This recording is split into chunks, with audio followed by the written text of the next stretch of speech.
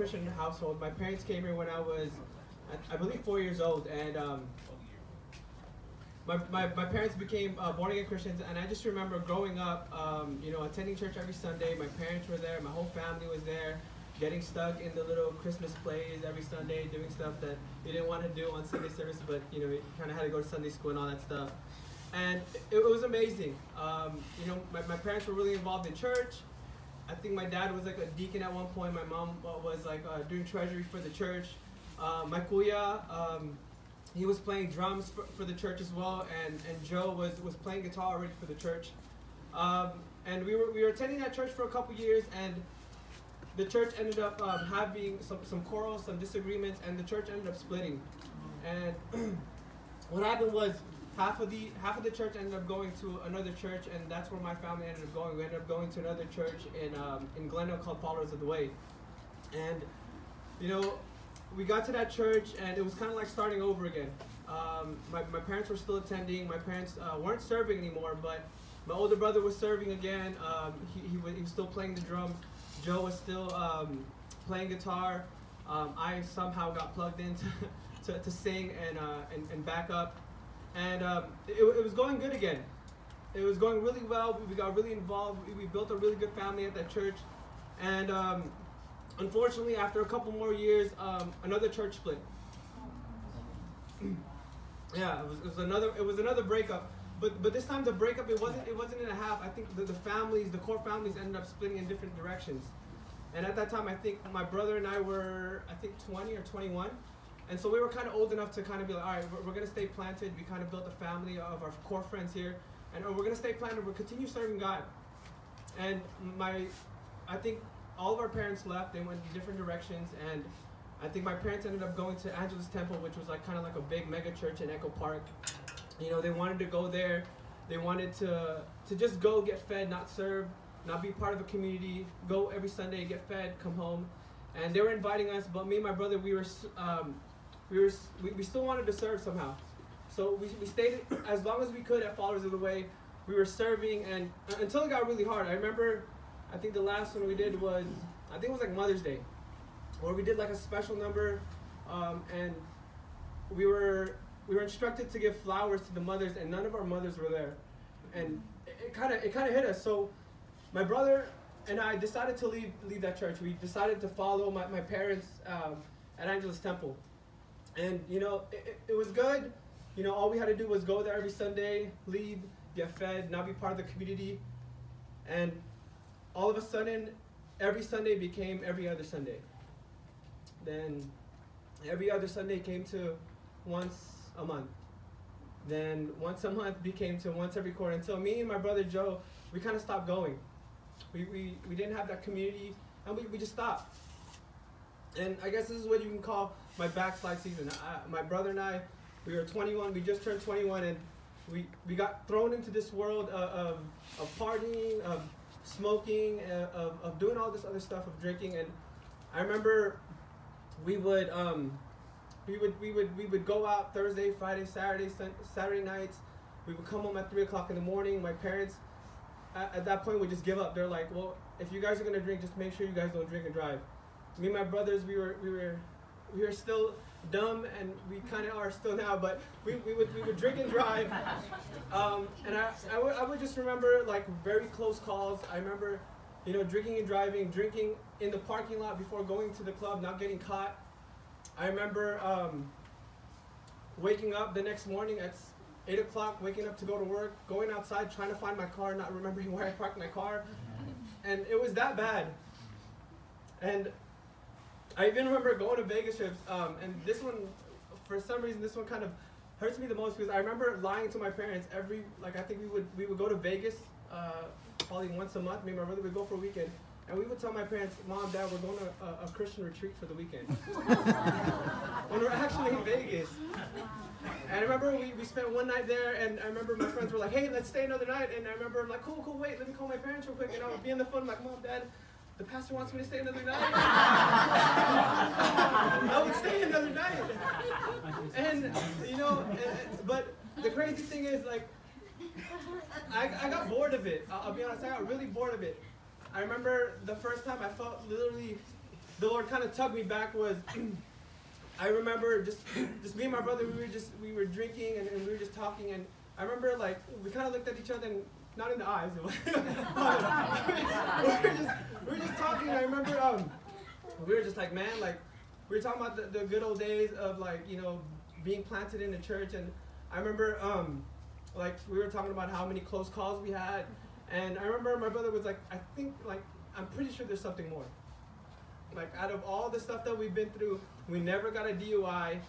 Our parents never caught us doing anything bad.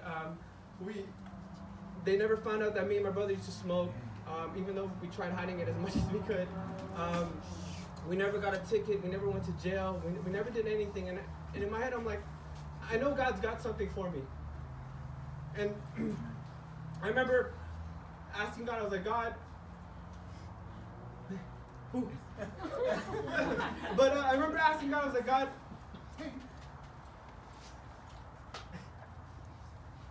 sorry, I really don't have notes. I'm just going on. No, but I remember.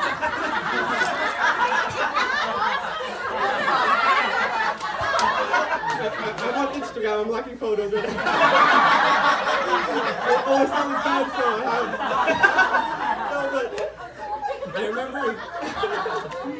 I remember just asking God, I was like, God, I mean, if you're real, show me that you're real again. And man, did he answer, because I remember, I think it was like me and my brother's birthday party, and our friends Christina and Emerson, who used to attend YA Bible study, just invited us to come to a Next Gen event. And me and my brother, like, we were like drunk outside the parking lot outside of my friend's house, and it was weird. They like prayed for us when we were drunk, and I was just like, these are my friends. I love them. I love them. But I remember me and Joe like, well, what do we have to do? Let's just go. And so I remember going to my first YA event. It was a Next Gen event. I think it was at the church office. And I remember me and my brother like, let's just go late. Let's just go super late so we don't have to get plugged in. I remember getting late, and I saw everyone eating already, and I'm like, Joe, perfect. They're already eating. They're already done. Little did I know, you guys eat before Next Gen. And you guys eat after. And I'm just like, all right. So you know, we got to the Next Gen event, and I just see so many young people just pouring out to God, and I was like, God, if this is your plan for me, It's okay. It's okay. it's Instagram. No, well, to keep the story short, I attended my first Next Gen, like, was it, I think 3 years ago. 3 or 3.5 years ago, and I never left. I'm still here.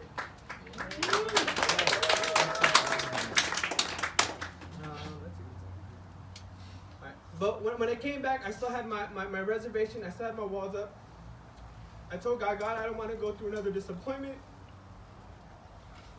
I don't want to fully commit and have to go through another church split.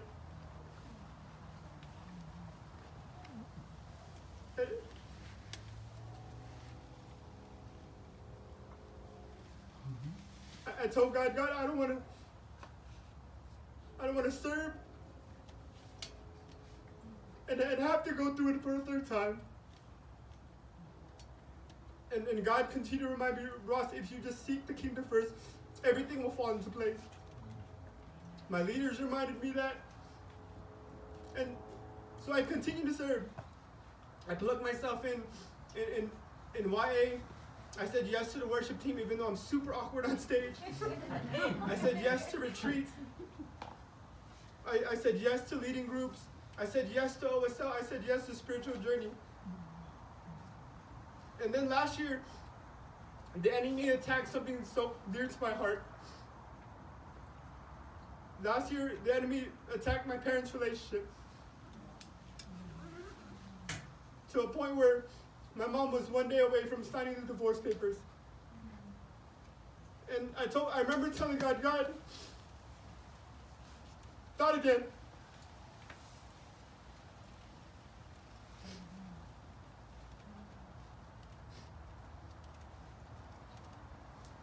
But God reminded me, Ross, just seek me first, and then everything will fall into place. And with the help of our pastors, our leaders, the church, my parents' relationship was restored. And see, not only that, but they also came back to church. They're attending cross-culture church. And you see, my God wasn't done. Our God wasn't done. My nephew, my kuya's kid, he's attending church every Sundays whenever he can. He's plugged into the authorized ministry. And today, he invited his first friend to church. My cousin Joshua, who is my dad's brother's son, he lives all the way in Cerritos, and somehow he's been coming to YA for the last 4 or 5 months and has attended the last 2 retreats. And my God is not done yet. I'm still praying for my kuya to attend the church.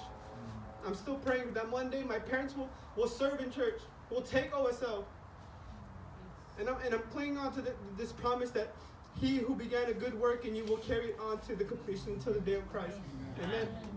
So I guess my encouragement to you guys is just continue to just seek his kingdom first, and everything will fall into place. Because we serve a very big God. Amen? Amen. Amen. And before I end this, I just want to conclude by just thanking our pastors, our leaders. Thank you for continuing to show not only me love, but my family love. And also the family that I have here in Cross Culture. I thank you guys. I thank you guys every day. Thank you.